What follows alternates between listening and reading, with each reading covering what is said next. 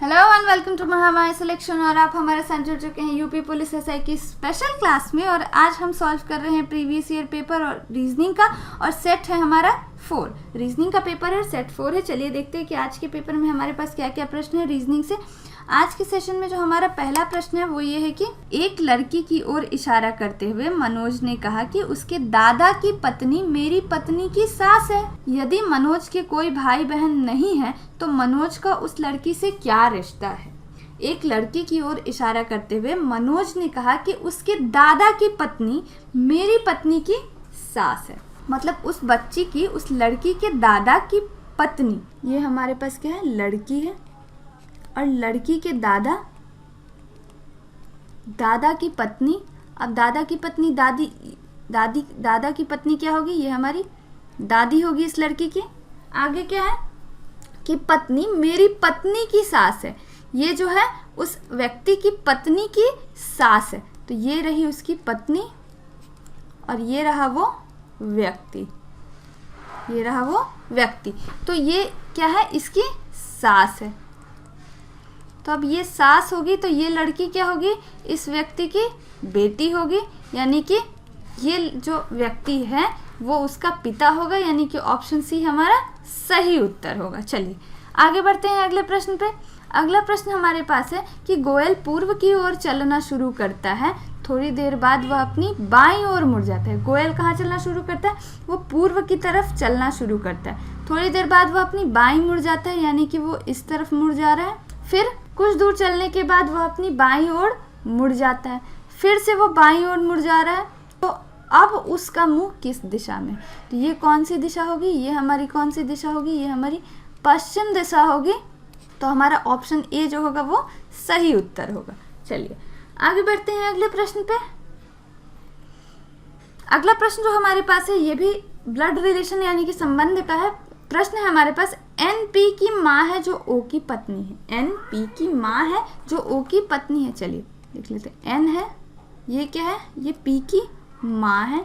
अब पी क्या है, ओ की पत्नी है, यानी कि पी ओ, और ये पुरुष है, ओ की पत्नी है। आगे है ओ एम का दामाद है। ओ एम का दामाद है, तो एम का एन से क्या रिश्ता होगा। अब ये ओ एम का दामाद है तो ये पी का क्या होगा, पिता होगा।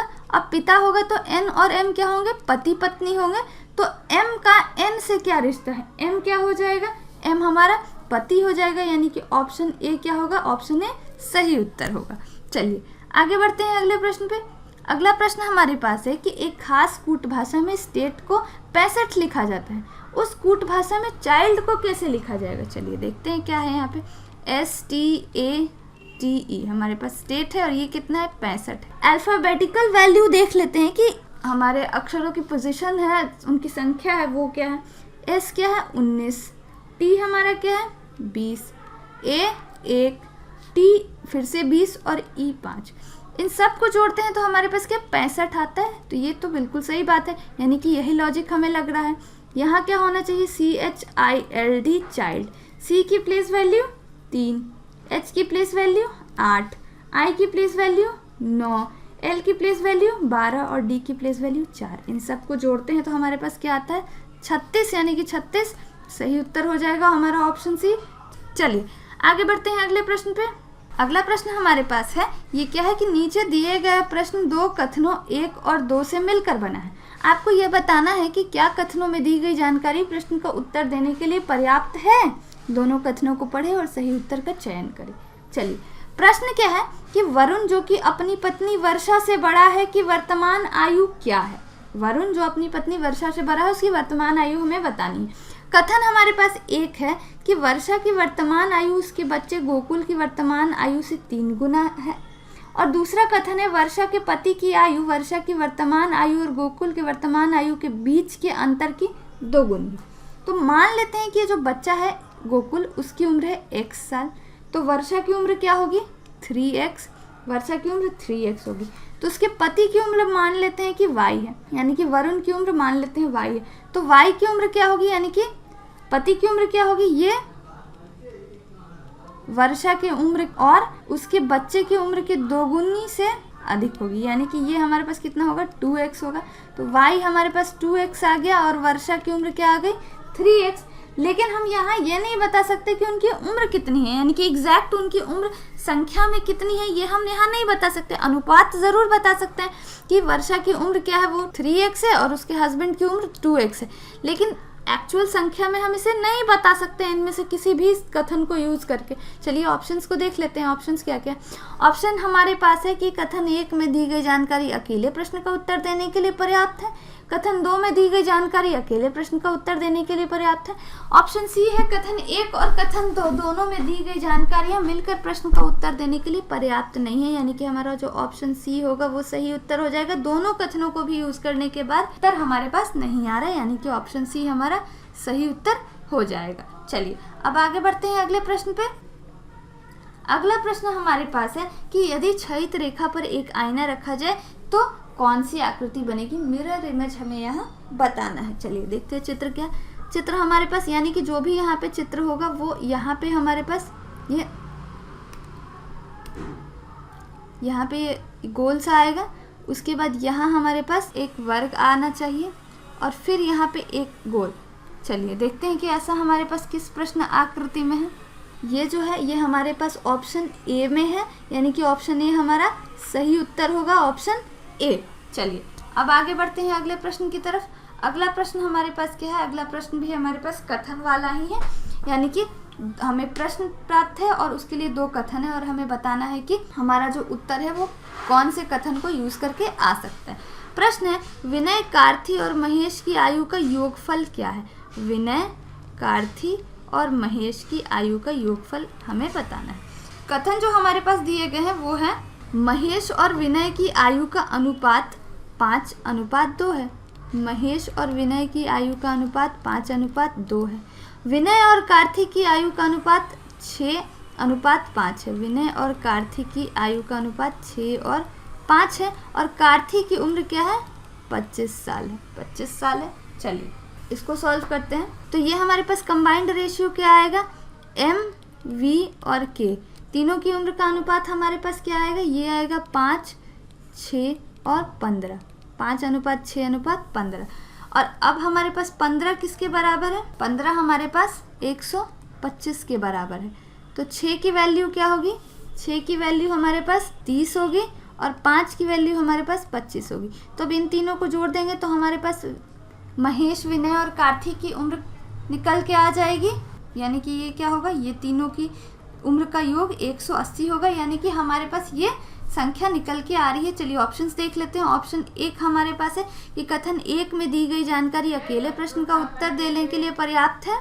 ऑप्शन बी हमारे पास है कथन 1 और 2 दोनों ही में दी गई जानकारियां मिलकर प्रश्न का उत्तर देने के लिए पर्याप्त है। तो ऑप्शन बी क्या हो जाएगा? हमारा सही उत्तर हो जाएगा, यानी दोनों कथनों का प्रयोग करके हम सही उत्तर दे सकते हैं। आगे बढ़ते हैं अगले प्रश्न पे।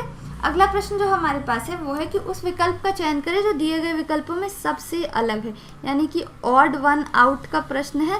ऑड वन आउट हमें निकालना है। ऑप्शन है हमारे पास जिराफ, कुत्ता, तेंदुआ या भेड़िया। तो यहाँ जो सही उत्तर होगा वो क्या होगा? जिराफ।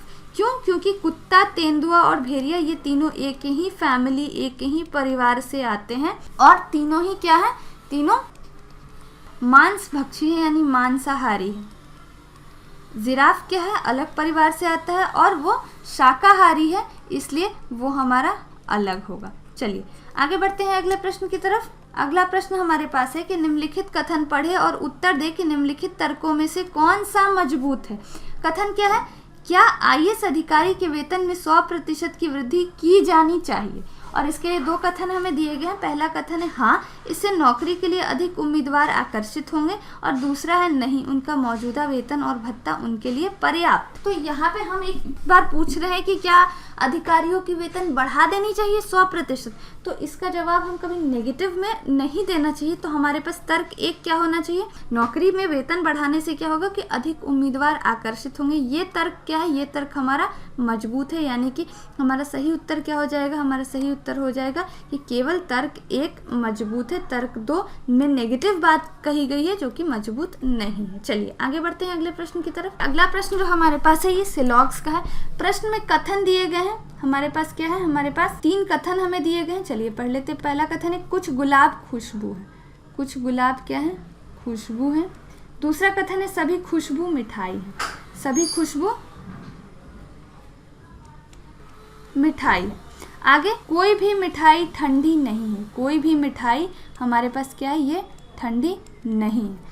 अब निष्कर्ष पे आते हैं। निष्कर्ष पहला है हमारे पास कि सभी गुलाब ठंडी नहीं है, सभी गुलाब ठंडी नहीं है। तो केवल ये जो भाग है जो मिठाई के अंदर है, केवल ये ठंडी नहीं है, बाकी ये तो यहाँ आ ही सकता है, बिल्कुल आ सकता है। तो पहला कथन हमारा क्या है, पहला कथन गलत है। दूसरा कथन हमारे पास क्या है, दूसरा कथन हमारे पास है कि कोई भी ठंडी खुशबू नहीं है, कोई भी ठंडी खुशबू नहीं है, कोई भी ठंडी, ये जितनी भी ठंडी है ये खुशबू में नहीं जा सकती है। तो ये तो बिल्कुल सही बात है, हमारा जो दूसरा कथन है वो सही है। यानी कि इसका उत्तर क्या होना चाहिए, इसका उत्तर होगा हमारे पास ऑप्शन सी, केवल निष्कर्ष 2 अनुसरण करता है। चलिए अब आगे बढ़ते हैं अगले प्रश्न पे।